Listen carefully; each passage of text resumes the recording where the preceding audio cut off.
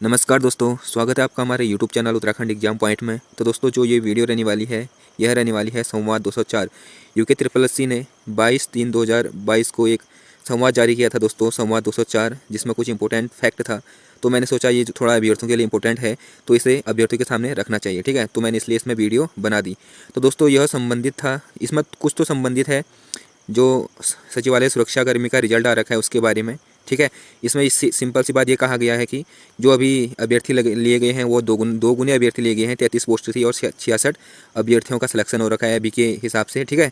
तो पहले ये कह रखा है कि आयोग ने सीधे सीधे कि अभी 33 अभ्यर्थियों को ही बुलाया जाएगा और उनकी नापजोख की जाएगी, ठीक है। मतलब जो फिजिकल अर्हता है उन्हें उनका नापा जाएगा। अगर उसमें से सभी अभ्यर्थी अंदर अगर उसे क्वालिफाई कर जाते हैं तो 33 ही अभ्यर्थी अंदर जाएंगे। अगर उनमें से फिर कुछ अभ्यर्थी जो कि उस नापजोख को क्वालिफाई नहीं कर पाएंगे, ठीक है, उसके मापदंडों पर खड़े नहीं उतरेंगे, तो फिर अलग से दूसरे अभ्यर्थियों को भी बुलाया जाएगा, ठीक है।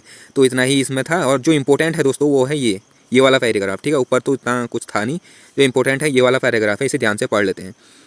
अभ्यर्थियों को यह भी सूचित करना है कि किसी परीक्षा में परिणाम जारी होने के बाद आयोग द्वारा परीक्षा परिणाम 15 दिन के भीतर आपत्ति का अवसर दिया जा रहा है।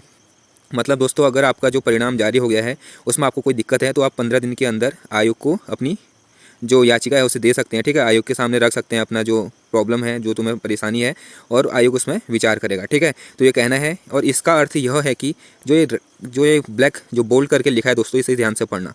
परिणाम में जो मेरिट क्रम दिया गया है उस पर कोई आपत्ति है तो प्रस्तुत करें, या फिर कोई अभ्यर्थी ऐसे हैं जिसके प्राप्तांक अधिक होने के बाद भी उसका नाम जारी मेरिट सूची में नहीं आ सकता, वो आपत्ति दे सकते हैं, ठीक है। प्रश्नोत्तर पर आपत्ति का अवसर आयोग द्वारा केवल एक बार लिखित परीक्षा के तत्काल बाद सामान्यतः 7 दिन के लिए दिया जाता है, ठीक है। तो यहाँ पे आयोग का कहना साफ साफ है दोस्तों कि आपको जो ऑब्जेक्शन करने हैं क्वेश्चनों पे, वो आपको जो आपका लिखित परीक्षा होती है उसके बाद जो आंसर की आती है उसके बाद 7 दिनों के अंदर दिया जाता है, ठीक है। 7 दिनों के लिए दिया जाता है, 1 हफ्ते के लिए। तो आप जितने भी क्वेश्चनों में ऑब्जेक्शन है उसी टाइम एक ही बार लगा सकते हो, ठीक है। अगर परिणाम घोषित कर दिया है, आयोग ने रिजल्ट जारी कर दिया है, उसके बाद आप इन क्वेश्चनों पे आपत्ति नहीं लगा सकते, ये साफ साफ आयोग का कहना है।